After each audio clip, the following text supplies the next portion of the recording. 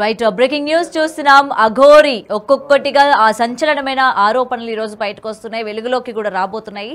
అయితే ఇప్పుడు ప్రెసెంట్ భక్తులు అని చెప్పి ఎవరైతే అఘోరి మాతను నమ్మడానికి దగ్గరికి వెళ్తున్నారో వాళ్ళకి మాయ మాటలు చెప్పి పూజలు చేస్తాను అని చెప్పి కూడా వాళ్ళ దగ్గర నుంచి డబ్బులు తీసుకున్నట్టు కూడా ఇక్కడ మోకిల పోలీస్ స్టేషన్లో ఫిర్యాదు కూడా చేయడం జరిగింది బాధితురాలు. అయితే ఇదే కాకుండా కొన్ని పూజలు చేస్తానని చెప్పి భక్తుల్ని ఏ విధంగా మోసం చేసిందో కూడా ఇక్కడ మనకి క్లియర్గా తెలుస్తుంది. అయితే సైబరాబాద్ మోకిల పిఎస్ లోని ఈ ఫిబ్రవరి 25న ఎఫ్ఐఆర్ నమోదైంది. అయితే బాధితురాలు ఫిర్యాదు మేరకు కేసు కూడా నమోదు చేశారు. అయితే దాదాపు 9.8 లక్షల వరకు తీసుకొని మోసం చేసినట్లు కూడా ఎఫ్ఐఆర్ లో పేర్కొనింది. అయితే గతంలో కూడా మనం చూసాము, ఈ అఘోరి మాతకి ఎవరైతే అందరూ కూడా నమ్ముతూ భక్తులం అని చెప్పి కూడా ఆమెకి పూజలు పునస్కారాలు చేస్తుంటారు అని అయితే మనం గతం నుంచి కూడా మనం చూస్తూ ఉన్నాం. అయితే ఈ నేపథ్యంలోని తను డబ్బులు తీసుకోను జనాలందరికీ కూడా ఒక డౌట్ కూడా ఇక్కడ క్లియర్గా ఉండేది.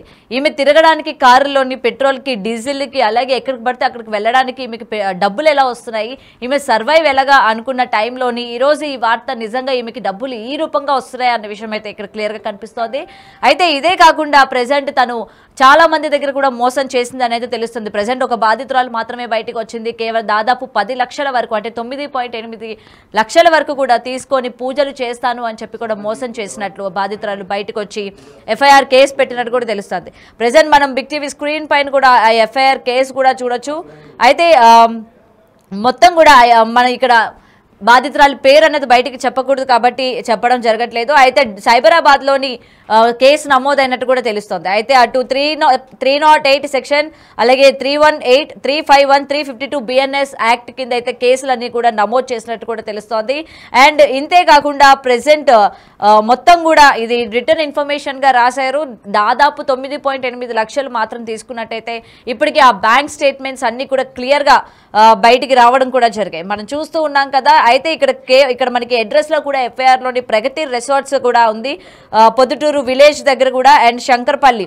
సో ఆ అమ్మాయి శంకర్పల్లికి చెందిన అమ్మాయి లాగా కూడా గుర్తించారు. మరి అయితే అమ్మాయి ముఖ్యంగా బాధితురాలు ఇటు మీడియా ముందుకు రావడానికి కానీ తనకు జరిగిన మోసాన్ని చెప్పుకోవడానికి కానీ ఏం మాత్రం కూడా ఇష్టపడట్లేదు అనేది ఇక్కడ మనకి క్లియర్గా కనిపిస్తోంది.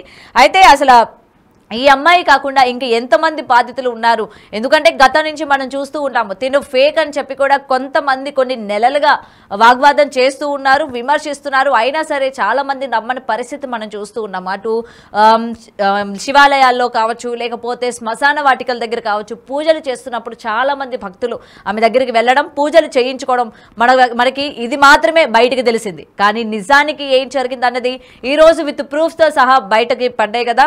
సో ఈమె పూజలు ఏ విధంగా చేస్తోంది, ఎంతెంత డబ్బులు తీసుకుంటుంది అన్న క్లియర్ ఇన్ఫర్మేషన్స్ ఈ రోజైతే విత్ బ్యాంక్ డీటెయిల్స్తో పాటు మొత్తం కూడా ఈ రోజు బిగ్ టీవీ స్క్రీన్ పైన ఎక్స్క్లూజివ్గా మనమైతే చూస్తూ ఉన్నాము. అండ్ ఇదే కాకుండా ఇంకొంతమంది దగ్గర కూడా తను డబ్బులు తీసుకుంది. ముఖ్యంగా ఇటు హైదరాబాద్లో కూడా చాలా మంది దగ్గర ఆమె అప్పులు చేసింది అని అయితే చాలా మంది చెప్తున్న పరిస్థితి కనిపిస్తుంది. అయితే గతంలో వర్షిణితో మాట్లాడినప్పుడు కూడా తనకి సంబంధించిన సన్నిహితులు కూడా చెప్పిన వివరణ ఇదే. అయితే ఇటు హైదరాబాద్లోనే కాదు ఇంకా చాలా చోట్ల ఇటువంటి పూజలు చేస్తానని లేకపోతే హోమాలు చేస్తానని కూడా తను చెప్పడం జరిగింది. మనం ఇక్కడ ఒక్కసారి కానీ వర్షం కనుక ఒక్కసారి గుర్తు చేసుకుంటే తను ఏం చెప్పింది, అఘోరి నేను భక్తులు ఇంటికి పిలిస్తే మేము వెళ్తాము, మాకు దక్షిణగా 100 రూపాయలు 200 రూపాయలు లేకపోతే 116 ఇస్తారు తప్ప ఎవరికి కూడా మేము డబ్బులు తీసుకొని పూజలు చేయడం లేదు, ముఖ్యంగా అఘోరి అమ్మ అటువంటి డబ్బులు తీసుకొని పూజలు చేయడం లేదు అని అయితే వర్షిణి పలు సందర్భాల్లోని తను మాట్లాడడం కూడా జరిగింది. దట్టు మనతో పాటు తను లైవ్లో జాయిన్ అయినప్పుడు కూడా ఇదే మాట తను చెప్పడం జరిగింది. ఎటువంటి మేము డబ్బులు కూడా తీసుకోము, వాళ్ళు మా ఇంట్లో పూజ చేయాలని పిలుస్తారు, వాళ్ళ దేవుడి గదికి మేము వెళ్తాము, వెళ్ళి అక్కడ దేవుడికి హారతి ఇస్తాము, హారతి ఇచ్చి కొన్ని పూజలు చేసి వాళ్ళు ఇచ్చే ఆ భిక్షని ఏదైతే ఉంటామో దాన్ని మేము తింటాము, 116లో లేకపోతే 200 రూపాయలు తీసుకొని వచ్చేస్తాం తప్ప మాకు ఎటువంటి డబ్బుతో కూడా అవసరం లేదు అనైతే వర్షిణి కరాఖండిగా చెప్పడం జరిగింది. మరి ఈరోజు విత్ ప్రూఫ్స్తో సహా ఇవన్నీ కనుక చూసినట్లయితే దీన్ని మనం ఏ విధంగా తీసుకోవాలి, దీన్ని మనం ఏమనుకోవాలి, అసలు ఇంత డబ్బులు తను తీసుకొని ఏం చేస్తుంది, ఏ పూజలు చేయడానికి ఇలా డబ్బులు సేకరిస్తుంది, అసలు జనాలు ఎందుకని నమ్ముతున్నారు అన్న క్వశ్చన్స్ అయితే ఇవాళ చాలా మంది మదిలో మెదులుతున్న సందేహాలు అన్నమాట. అసలు ఆ అమ్మాయికి ఏమొచ్చని మనం చూస్తూ ఉన్నాం. అఘోరికి తిప్పి కొడితే 23, 24 ఏళ్ళు కూడా లేవు, అఘోరి అని చెప్తూ ఉన్నారు. మరి తనకి ఏ పూజలు వచ్చని, ఏ మంత్రాలు వచ్చని చెప్పి ఇళ్లలోకి పిలిపించుకొని మరి పూజలు చేయిస్తూ ఉన్నారు. అయితే చిన్న చిన్న వాళ్లే కాదు, బడా బాబులు కూడా ఇందులో ఉన్నట్టు తెలుస్తోంది. ముఖ్యంగా ఇలాంటి ఎవరైనా సరే బయటికి నేను అఘోరిని, లేకపోతే నేను ఇలా పూజలు చేస్తాను, నేను మంత్రాలు చేస్తాను, నేను మీ భవిష్యత్తుని మారుస్తాను అని చెప్పగానే జనాలందరూ కూడా ఆ మాయ మాటలకి నమ్మి ఇలా లక్షల్లో వేలల్లో డబ్బులు పెట్టి ఈరోజు మోసపోతున్న పరిస్థితి కనిపిస్తోంది. అయితే ప్రెసెంట్ దానికి సంబంధించి ఒక బాధితురాలు గత 2 రోజులుగా కూడా ఇటు అఘోరి అలియాస్ శ్రీనివాస్ పైన వస్తున్న ఆరోపణలు మనం చూస్తూ ఉన్నాము. దీనికి సంబంధించి ఎలా అయినా సరే బయటికి రావాలి, వీడి నిజస్వరూపం బయటికి తెలియాలి అని అనుకుందో ఏమో తెలియదు, కానీ ఇప్పటికైతే బయటకు వచ్చింది. ఈ అమ్మాయి పేరు మనం బయటికి చెప్పకూడదు కాబట్టి చెప్పే ప్రయత్నం చేయట్లేదు. అండ్ తను ట్రాన్సాక్షన్స్ కావచ్చు, అఘోరి ఎంత డబ్బులు ఎంతమంది దగ్గర తీసుకుంది అన్న యొక్క క్లియర్ కట్ ఇన్ఫర్మేషన్ అనేది బిగ్ టీవీ స్క్రీన్ పైన క్లియర్గా చూడొచ్చు. అండ్ తను కూడా సవాల్ విసురుతూ నేను ఎవరి దగ్గర డబ్బులు తీసుకోలేదు అని చెప్పి. మరి ఇప్పుడు చూస్తున్న ఈ బ్యాంక్ డీటెయిల్స్ కి, పాస్బుక్స్ కి, ట్రాన్సాక్షన్స్ కి ఏ సమాధానం చెప్పుకుంటాదో కూడా క్లియర్ గా చూడాల్సి ఉంది. మరి తినిని చూసైనా సరే ఇంకెంతమంది తినికి డబ్బులు ఇచ్చారు, ఇంకెంతమంది బాధితులు ఉన్నారు అన్న దానిపైన కూడా ఇంకా వివరణ రావాల్సి ఉంది. పోలీసులు కూడా ఇప్పటికీ దర్యాప్తు చేస్తున్నట్టు కూడా తెలుస్తోంది.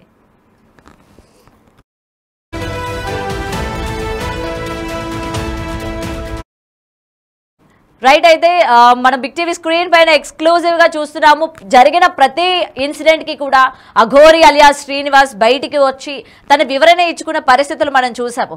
మరి ఇప్పుడు ఈ బ్యాంక్ స్టేట్మెంట్స్ కి, ముఖ్యంగా తన బ్యాంక్ అకౌంట్ లో ఉన్న ఈ అమౌంట్స్ కి తను ఏ వివరణ ఇచ్చుకుంటది, అలాగే ఈ అమౌంట్ ఎందుకు తీసుకున్నాను, ఆ తీసుకున్న డబ్బులు ఏం చేశాను అన్నది కూడా ఖచ్చితంగా వివరణ ఇవ్వాలి. వాళ్ళు కేసులు నమోదవుతున్నాయి. ఈయన చేసిన మోసాలు కూడా ఒక్కొక్కటిగా వెలుగులోకి వస్తున్న పరిస్థితి.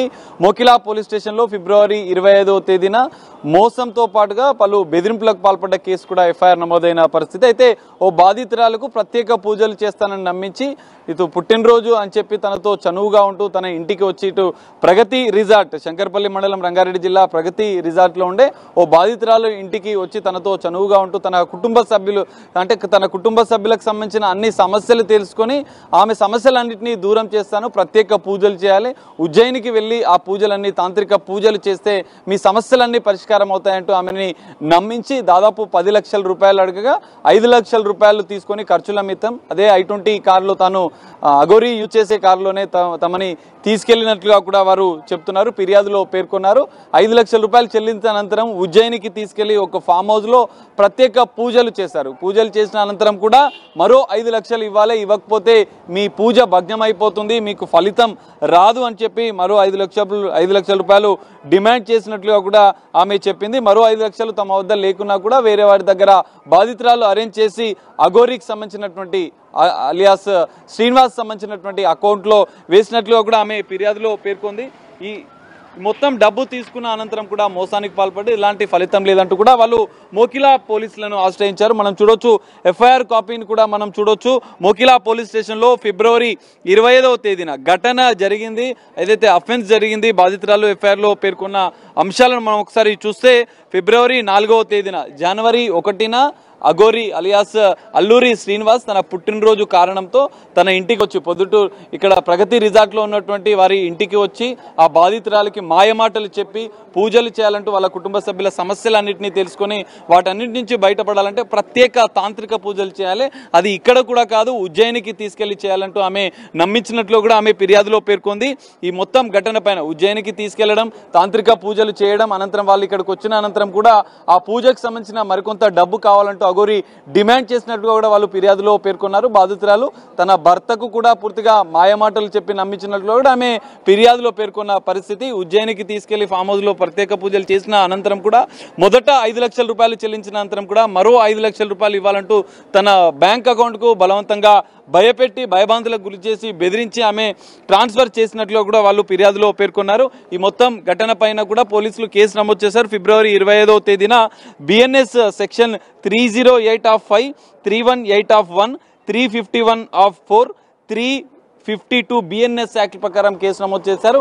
బెదిరింపులకు, భయభాంతులకు, చంపుతామంటూ బెదిరింపులకు గురి చేయడంతో పాటుగా మోసం చేసిన కేసులపైన కూడా, సెక్షన్లపైన కూడా మొకిలా పోలీసులు కేసు నమోదు చేశారు. అయితే మనం చూడొచ్చు, ఇప్పటికే అఘోరీగా పేరున్నటువంటి, లేడీ అఘోరీగా పేరున్నటువంటి తను ఇప్పటికే ఒక పెళ్లి చేసుకుని శ్రీవర్షిని విషయంలో కూడా పెద్ద ఎత్తున సంచలనంగా మారిన నేపథ్యంలో మరో మహిళను కూడా, మరో యువతిని కూడా పెళ్లి చేసుకున్నట్లుగా కూడా ఈ సంచలన విషయాలు ఈరోజు బయటకు వచ్చిన నేపథ్యంలో మరికొన్ని మోసాలు కూడా అఘోరీ పైన బయటికి వస్తున్నాయి. ఈ నేపథ్యంలో పోలీసులు అయితే కేసు నమోదు చేసుకుని దర్యాప్తు చేస్తున్నారు.